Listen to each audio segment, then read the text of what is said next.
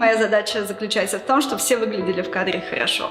Все от выбора цвета помады Лары до боевой раскраски массовки тщательно обдумывалось и обсуждалось. Моя работа началась с поиска образа. Первым делом я изучила концепты художника, общую стилистику, обсуждала идеи с художником по костюму и режиссером. Я не могу сказать, что из всех героев мне понравился кто-то один. Мы сделали их живыми, такими, какие они есть, подчеркивая их особенности, показывая, как они красивы.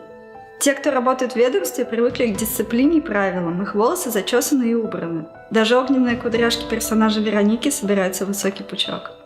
В этой истории мы придерживались лаконичности в образах, так как история довольно серьезная. Маги, не имеет значения. Это люди, они росли среди нас, живут среди нас, и они прячутся.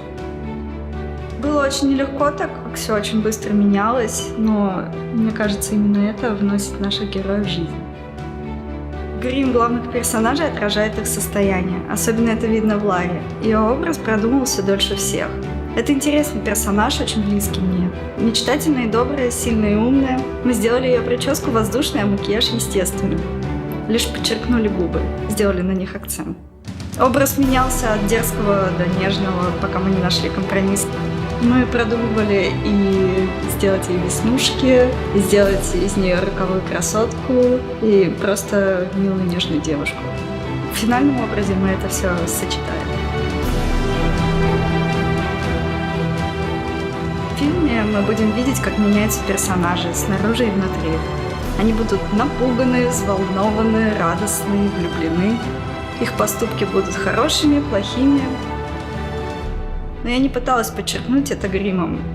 Во время создания образа я думала о логичности и уместности, насколько это сочетается с костюмом, подходит ли этот образ герою. Учитывалось все – характер, вкусы, предпочтения. Я постоянно задавала вопрос, сколько этот персонаж мог бы проводить времени перед зеркалом, насколько он уверен в себе или не уверен. Ну и задавая эти вопросы, мы постепенно пришли к образам, которые мы видим на экране. Я думаю, что мы справились с задачей.